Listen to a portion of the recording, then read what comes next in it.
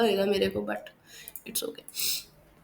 ठीक है, तो पॉलीमॉर्फिज्म भी पॉलीमॉर्फिज्म का मतलब ये है कि वो जिस टाइप की जगह पे आप उसको यूज करोगे ना, वो उसके मुताबिक ही आपको क्या करेगा, आउटपुट देगा, या उसके मुताबिक ही वो क्या करेगा, वर्क करेगा। ठीक है, जैसे आप लाइक उसने एग्जांपल में आपको कहा कि हमारे पास एक एग्जांपल है, जिस एग्जांपल में कि फॉर एग्जांपल अगर हम एज अ इंटीजर डेटा कोई ले रहे हैं, ठीक है, लाइक मैंने कोई एक वेरिएबल ले लिया ए और उसको मैं कोई भी वैल्यू दे रही हूँ, लाइक मैंने ए इक्वल टू 5 कर दिया और बी इक्वल टू मैंने 7 कर दिया। ठीक है, अब अगर इसके अंदर मैं अपना एडिशनल का सम का ऑपरेटर यूज कर रही हूँ, ठीक है, मतलब ए प्लस बी कर रही हूँ, तो वो मुझे आउटपुट क्या दे रहा है, 12 दे रहा है।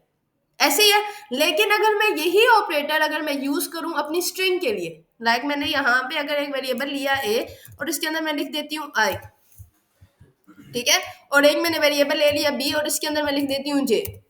ठीक है, अब इसको मैं प्रिंट कर रही हूँ यूजिंग ए प्लस बी कर रही हूँ, सेम स्टेटमेंट वर्क कर रही है ना, तो अब वो मुझे क्या करेगा, इन दोनों को सम करने की बजाय क्या करेगा, गठा करके लिख के दे देगा, इन दोनों को ज्वाइन करके कंबाइन करके लिख के दे रहा है। तो इट्स मींस दैट एक सिंपल प्लस का ऑपरेटर क्या कर रहा है, as a integer data type different work कर रहा है, as a string different work कर रहा है। बात आई समझ में? याद है ये चीज हमारे साथ तब भी होती थी जब हम लोग मतलब फॉर एग्जांपल कैलकुलेशन से रिलेटेड कोई डेटा लेते थे, यूजर से हम डेटा लेते थे, तो हम वहां पे जब तक डिफाइन नहीं करते थे इंटीजर, हमें आउटपुट सही नहीं आती थी। जब हमें उसे डिफाइन करना पड़ता था कि आप जो डेटा टाइप यूज कर रहे हो वो इंट की है या वो इंटीजर है, तो तब वो मुझे सही सम या सही माइनस करके आंसर देता था। ठीक है, अच्छा अब हम लोग कंटिन्यू करते हैं आज की क्लास। तो आज की क्लास के अंदर हम लोग पॉलीमॉर्फिज्म देखते हैं। पॉलीमॉर्फिज्म की फुल फॉर्म आपको समझ आएगी, मींस दैट के मल्टीपल फॉर्म्स इसकी। ठीक है, अब ये पॉलीमॉर्फिज्म काम क्या करती है, पॉलीमॉर्फिज्म के अंदर फंक्शंस कौन कौन से यूज होते हैं। पॉलीमॉर्फिज्म के अंदर आपके पास टू टाइप्स आती हैं। एनी आइडिया कौन कौन सी टाइप्स है, कौन बताएगा?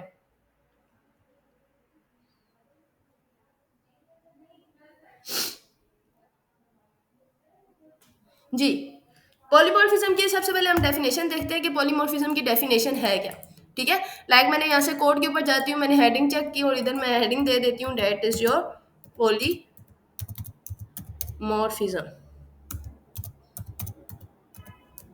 ठीक है, अब पॉलीमॉर्फिज्म की डेफिनेशन की बात करूं तो polymorphism means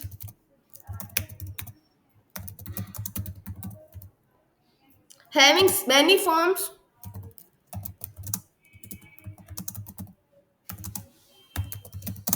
of same type of same name। Polymorphism की डेफिनेशन ये है कि एक ही नाम की मल्टीपल फॉर्म्स है। जैसे अब मैंने आपके ऊपर एग्जांपल में प्लस के साइन की टाइप बताई है, plus as a integer different work कर रहा है, मल्टी डिफरेंट फॉर्म में वर्क कर रहा है, एज अ स्ट्रिंग वो किस में डिफरेंट फॉर्म में वर्क कर रहा है। तो पॉलीमॉर्फिज्म का मतलब यही होता है। पॉलीमॉर्फिज्म की अगर मैं टाइप की बात करूं तो पॉलीमॉर्फिज्म के अंदर जो टाइप है वो टू टाइप्स ऑफ पॉलीमॉर्फिज्म्स आपके पास होती है। फर्स्ट टाइप जिसको आप लोग कहते हो वो आपके पास है अवर राइडिंग, और एक आपके पास टाइप है जिसको आप लोग कहते हो अवर लोडिंग। ठीक है, ओवरलोडिंग को आप लोग पहले हम लोग ओवरलोडिंग देख लेते हैं कि ओवरलोडिंग क्या है। तो ओवरलोडिंग मींस दैट, जी जी मुझे पता है, बट डिफाइन तो करनी है ना, है क्या? ओवरलोडिंग का मतलब ये होता है कंपाइल टाइप। कंपाइल टाइप का क्या मतलब होता है, जब आपका कोड जो है वो कंपाइल हो रहा होता है। कंपाइलिंग कब होती है, एनी आइडिया? कंपाइल कंपाइल कब होता है आपका कोड? वो तो रन टाइप होता है ना। कंपाइल टाइप का मतलब ये होता है जब आपका कोड हाई लेवल लैंग्वेज से दूसरी लैंग्वेज यानी कि लो लेवल लैंग्वेज में कन्वर्ट हो रहा होता है। ठीक है, यूजिंग कन्वर्टर, तो उसको आप लोग कहते हो कि ये आपका कंपाइल है, जहाँ पे वो डिफाइन कर रहा होता है कि यहाँ पे कोई एरर तो नहीं है, वो मतलब उसके अंदर वो उसको प्रॉपर देख रहा होता है। ठीक है, उसको आप लोग कहते हो कंपाइल टाइप। कंपाइल टाइप के अंदर जो आपके पास टाइप आती है उसको आप लोग कहते हो मेथड ओवरलोडिंग। क्या कहते हो? मेथड ओवरलोडिंग कहते हो। ठीक है, फिर उसके बाद सेकंड आपके पास आती है जिसको आप लोग कहते हो run time polymorphism. Run time polymorphism क्या होती है, नाम से पता चल रही है कि जो रन टाइम पे आपके पास कोई एरर, रन टाइम पे जो भी आउटपुट आती है उसको आप लोग कहते हो। ठीक है, इसको इसकी जो टाइप है उसको आप लोग कहते हो मेथड ओवरराइडिंग।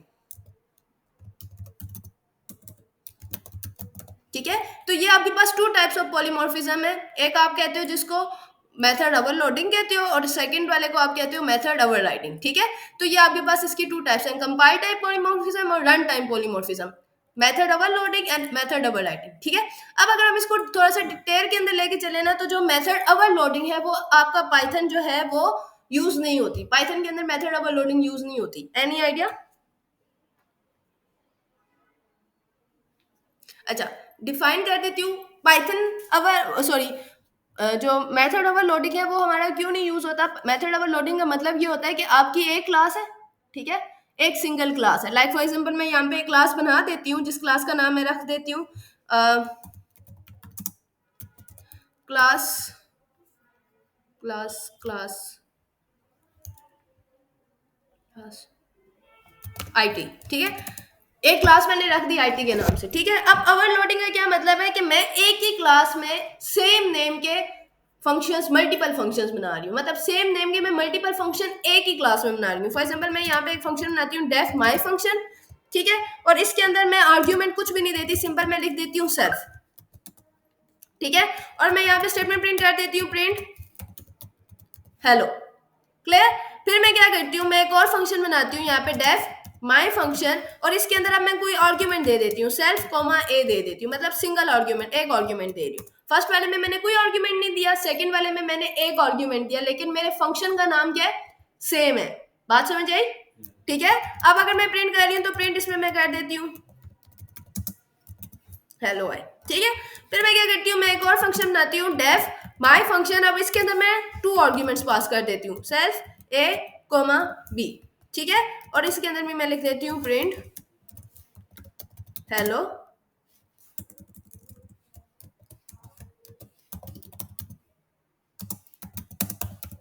ठीक है।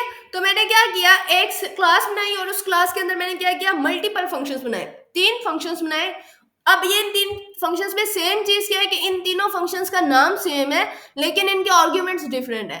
ऐसे ही है ना, पहले वाले फंक्शन में कोई आर्ग्यूमेंट पास नहीं किया, सेकंड वाले फंक्शन में एक आर्ग्यूमेंट पास किया ए के नाम से, और थर्ड वाले फंक्शन में टू आर्ग्यूमेंट्स पास किए ए और बी के नाम से, ठीक है।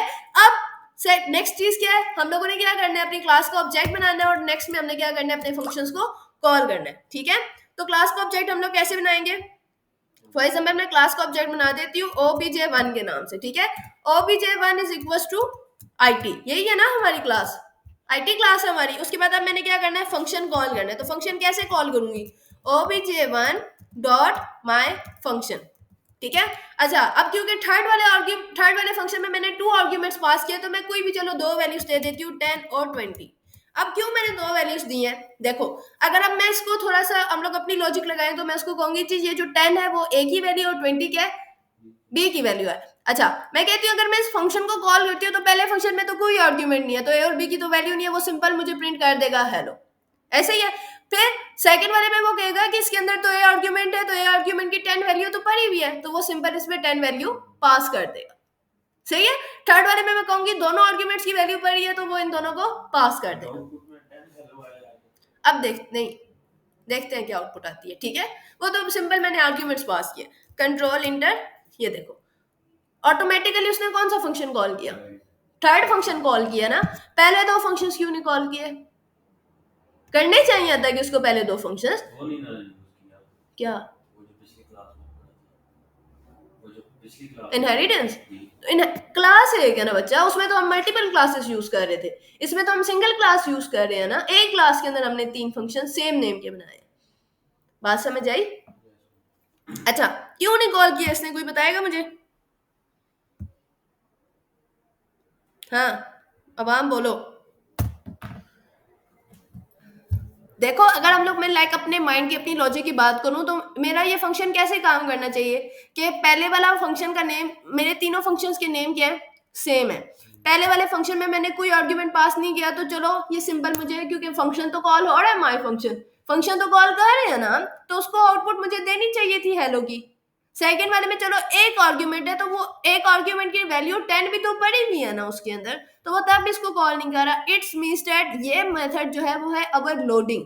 ओवरलोडिंग आपके पाइथन के अंदर सपोर्ट नहीं की जाती, आपका पाइथन ओवरलोडिंग को सपोर्ट नहीं करता, यानी कि पाइथन के अंदर हाँ ये यूज ही नहीं होता, ठीक है। पाइथन के अंदर क्या है कि वो पाइथन आपको ये कहती है कि आप एक क्लास के अंदर सेम नेम के फंक्शंस और डिफरेंट आर्ग्यूमेंट्स पास नहीं कर सकते, क्लियर? तो क्यों? क्योंकि पाइथन आपके पास कौन सी लैंग्वेज है? इंटरप्रेटेड प्रोग्रामिंग लैंग्वेज है। ठीक है, कौन सी लैंग्वेज है? Interpreted programming language. Interpreted programming language means that जो लाइन बाय लाइन कोड को लेके चलती है। तो अगर सीक्वेंस में चले तो वो लाइन बाय लाइन कोड को लेके चलेगी। क्लियर? वो जब पहले फंक्शन पे जाएगी ना, माई फंक्शन, वो कहेगी इधर नीचे जो फंक्शन कॉल हुआ है तो उसमें तो 2 आर्ग्यूमेंट्स है, इसमें तो कोई आर्ग्यूमेंट नहीं है, वो उसने उसको कट कर दिया। सेकंड वाले को देखा, उसमें कहा कि इसमें तो एक आर्ग्यूमेंट है, कॉल तो 2 फंक्शंस हुए हैं, तो उसने फिर कट कर दिया। थर्ड में वो देख रही, अच्छा इसमें तो दोनों आर्ग्यूमेंट्स है, तो उसने डायरेक्टली किसको कॉल कर दिया? थर्ड वाले को कॉल कर दिया। ठीक है, तो पाइथन आपकी इंटरप्रेटेड प्रोग्रामिंग लैंग्वेज है। दैट्स व्हाई पाइथन आपकी ओवरलोडिंग पॉलीमॉर्फिज्म को सपोर्ट नहीं करती। क्लियर? जी बच्चा, ऑनलाइन स्टूडेंट्स आप लोगों को समझ आई है ये बात? गुड। अब हम लोग सेकंड मेथड पे चलते हैं। सेकंड मेथड जो है वो है हमारा ओवरराइडिंग। ओवरराइडिंग के अंदर क्या होता है, कोई बताएगा? कोई बताना चाहेगा? ओवरलोडिंग तो चलो, ओवरलोडिंग के अंदर क्या था कि एक ही क्लास के अंदर सेम नाम के आप मल्टीपल फंक्शंस यूज करते हो, मतलब बल्कि बट डिफरेंट आर्ग्यूमेंट्स के साथ। ठीक है, अब मुझे बताओ ओवरराइडिंग में क्या होगा? ओवरराइडिंग का मतलब ये है कि आप सेम नेम के फंक्शन, सेम नेम के आर्ग्यूमेंट्स यूज कर सकते हो।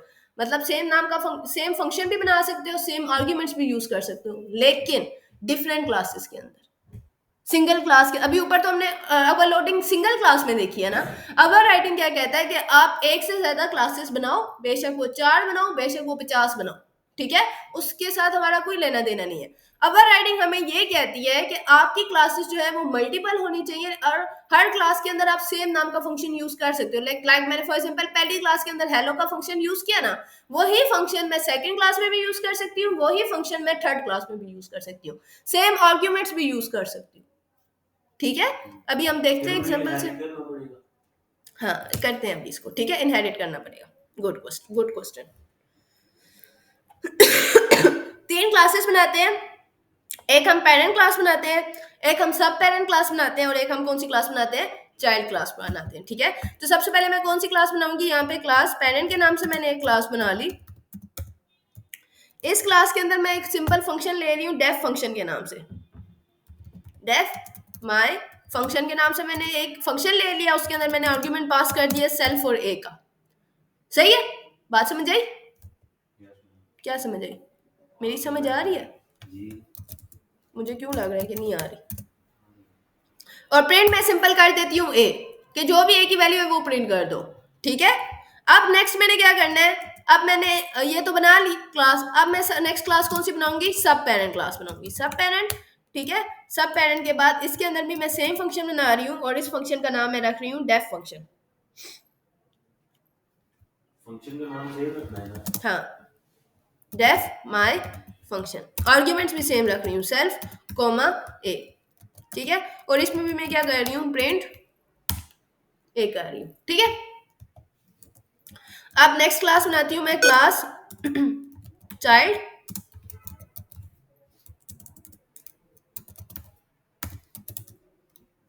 इसके अंदर भी मैं फंक्शन बनाती हूँ def my function self comma a. ठीक है, और प्रिंट क्या कर दूंगी? प्रिंट ए कर दूंगी। अब हम नेक्स्ट क्या करेंगे? इनहेरिट करेंगे। सब पेरेंट को किसके साथ इनहेरिट करेंगे? पेरेंट के साथ। और चाइल्ड को किसके साथ इनहेरिट करेंगे? सब पेरेंट के साथ। ठीक है, अब मैं क्या करती हूँ? ऑब्जेक्ट बनाऊंगी। ऑब्जेक्ट कौन सी क्लास का बनेगा? चाइल्ड क्लास का। तो ऑब्जेक्ट में बना देती हूँ obj1 is equal to child दे स्मॉल ब्रैकेट्स। अब फंक्शन कॉल करना है, तो फंक्शन कॉल करने के लिए obj1 डॉट, क्या फंक्शन का नाम है? माय फंक्शन, और इसके अंदर मैं क्या करूंगी? ए की value that is 10, control inter. तो वो तो मुझे सिंपल ए की वैल्यू दे रहा है, ऐसा क्यों? बताओ बच्चों। वो फंक्शन तो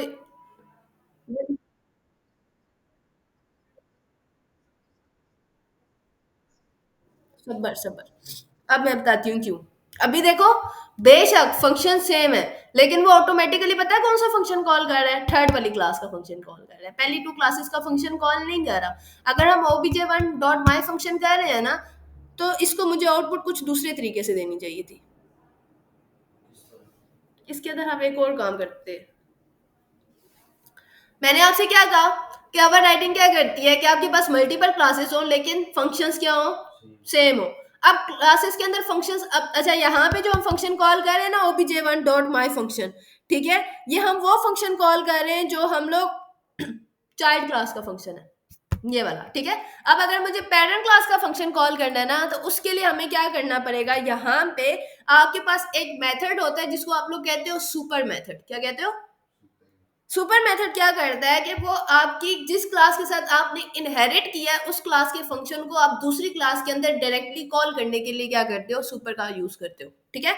लाइक मैं फॉर एग्जांपल यहाँ पे लिखती हूँ super, there small brackets dot, function का नाम क्या है, माय फंक्शन, और माय फंक्शन के साथ आपने क्या आउटपुट दी हुई है, 10, यही दी है ना।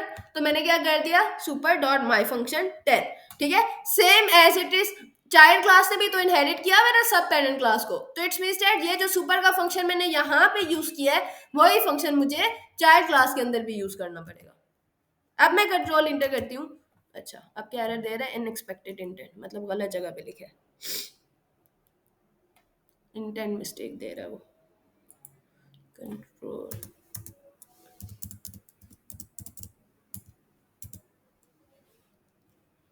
ये तो सही है, ये वाला गलत जगह पे लिखा है। अब चलेगा, कंट्रोल इंटर, तो ये देखो अब तीनों फंक्शंस कॉल हो गए। अच्छा, ये पॉलीमॉर्फिज्म ये सुपर ही है। हाँ सुपर को पॉलीमॉर्फिज्म। हाँ, अभी ये रुको, अभी मैं आपको एक और चीज में डिफरेंट देती हूँ। अभी क्योंकि हम लोगों ने सेम प्रिंट ए किया हुआ था ना, तो हमें समझ नहीं आ रहा था कि जो ऑब्जेक्ट के साथ हम फंक्शन कॉल कर रहे हैं वो कौन सी क्लास का फंक्शन कॉल हो रहा है। मैं यहाँ पे लिख देती हूँ लाइक, मैं इसकी जगह सिंपल लिख देती हूँ पेरेंट क्लास, ताकि हमें सिर्फ ये कंफर्म हो जाए कि ऑब्जेक्ट के साथ जो हम फंक्शन कॉल कर रहे हैं वो कौन सा फंक्शन कॉल हो रहा है। ये तो हमें समझ आ रही है ना कि यहाँ पे जो मैंने सुपर क्लास सब पेरेंट के अंदर यूज किया सुपर का फंक्शन, वो मेरी पेरेंट क्लास के फंक्शन को कॉल कर रहा है। जो चाइल्ड क्लास के अंदर सुपर का फंक्शन कॉल किया वो मेरी सब पेरेंट क्लास को कॉल कर रहा है, ठीक है। अभी हम देख लेते हैं एक दफा, पेरेंट सब पेरेंट, मैम ये जो सुपर आपने फंक्शन लगाया है ये तो इनहेरिटेंस ही हुई। ये आपका एक फंक्शन होता है। सुपर का फंक्शन का काम क्या होता है कि जिस क्लास के साथ आप इनहेरिट कर रहे हो ना, मतलब जो आपकी पेरेंट क्लास है उस क्लास के फंक्शन को आप चाइल्ड क्लास के फंक्शन के अंदर कॉल कर सकते हो, ठीक है। कंट्रोल इंटर, अब ये देखो, ये जो फंक्शन मैंने कॉल किया ना obj1 my फंक्शन, ये चाइल्ड क्लास के फंक्शन को ये वाला फंक्शन कॉल करके दे ये रहा उल्टा क्यों जा रहा है? है। हाँ, उल्टा क्यों जा रहा है? चाइल्ड पहले सब पेरेंट बाद पेरेंट नीचे। सीक्वेंस में चलेगा ना, लाइन बाय लाइन चलेगा, लाइन बाय लाइन। वो सबसे पहले ऑब्जेक्ट के बाद वो सबसे पहले ये चीज देखेगा कि ये ऑब्जेक्ट, जब वो ये देखेगा ना obj1.my फंक्शन, वो डायरेक्टली मूव करेगा इस जगह पे। इधर उसने मूव किया, उसने देखा प्रिंट क्या हो रहा है, चाइल्ड, उसने चाइल्ड प्रिंट कर दिया। नेक्स्ट वो देख रहा है कि सुपर डॉट माई फंक्शन दोबारा यहाँ पे कॉल हुआ है, तो जब उसने ये देखा तो वो डायरेक्ट मूव करेगा इस जगह पे, तो वो यहाँ से प्रिंट करेगा सब पेरेंट को। सब पेरेंट को प्रिंट करने के बाद एक्स लाइन पे आएगा तो देखेगा दोबारा फंक्शन कॉल हो रहा है, तो वो डायरेक्ट इस पे जाएगा, इधर जाएगा। मतलब कि सीढ़ियां जा रहा है। सीक्वेंस में चल रहा है ना, लाइन बाय लाइन। वो फर्स्ट स्टेप जो स्टार्ट कर रहा है वो यहां से स्टार्ट कर रहा है obj1.my फंक्शन से, ठीक है। जब उसने my फंक्शन देखा वो डायरेक्टली किस में मूव किया, चाइल्ड में मूव किया, ठीक है। चाइल्ड में मूव करने के बाद उसने देखा प्रिंट क्या कर रहा है, स्टेटमेंट यूज हुई है प्रिंट की जिसमें वो प्रिंट कर रहा है चाइल्ड, उसने चाइल्ड प्रिंट कर दिया। नेक्स्ट उसने देखा कि इसी क्लास के अंदर एक और फंक्शन कॉल हुआ है that is super dot my function, तो डायरेक्ट किस क्लास में, क्योंकि आपकी चाइल्ड क्लास इनहेरिट किस क्लास से हुई है, सब पेरेंट से इनहेरिट हुई है, ऐसे ही है, तो किस क्लास में चला जाएगा, सब पेरेंट में चला जाएगा। बात समझे? अब मैं यहाँ पे अगर मैं सब पेरेंट की जगह डायरेक्ट पेरेंट करूँ ना, सिर्फ ये करूँ, पेरेंट क्लास से इनहेरिट करूँ, तो देखना, तो जस्ट पेरेंट क्लास का फंक्शन कॉल करेगा, तो सब पेरेंट क्लास में जाएगा ही नहीं। क्या किया आपने? मैंने ना चाइल्ड क्लास पहले इनहेरिट थी सब पेरेंट से, मैंने चाइल्ड क्लास को इनहेरिट कर दिया पेरेंट से, तो डायरेक्ट पेरेंट में चला गया। अच्छा, सही है, बात समझ आ गई ऑनलाइन स्टूडेंट्स? मैम अगर दो आर्गुमेंट्स दें लास्ट वाले फंक्शन में तो नीचे दो वैल्यूज भी दें चलेगा? 10, 20 जी। और यहाँ पे तुम कह रहे हो मैं a, b करूँ, जी। तो ये ओवर लोडिंग स्टार्ट हो जाएगी ना, वो ओवर लोडिंग ले आएगा उसको, ठीक है। बात समझ आई? बट ये देखो ये चल भी रहा है क्या क्योंकि चाहिए? ओवरराइडिंग हम यूज कर रहे हैं।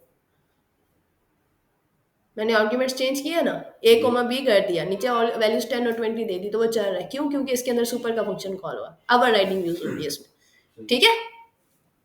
ऑनलाइन अक्सा आप लोगों को समझ आई है? गला दर्द कर रहा है। हजीमा आपको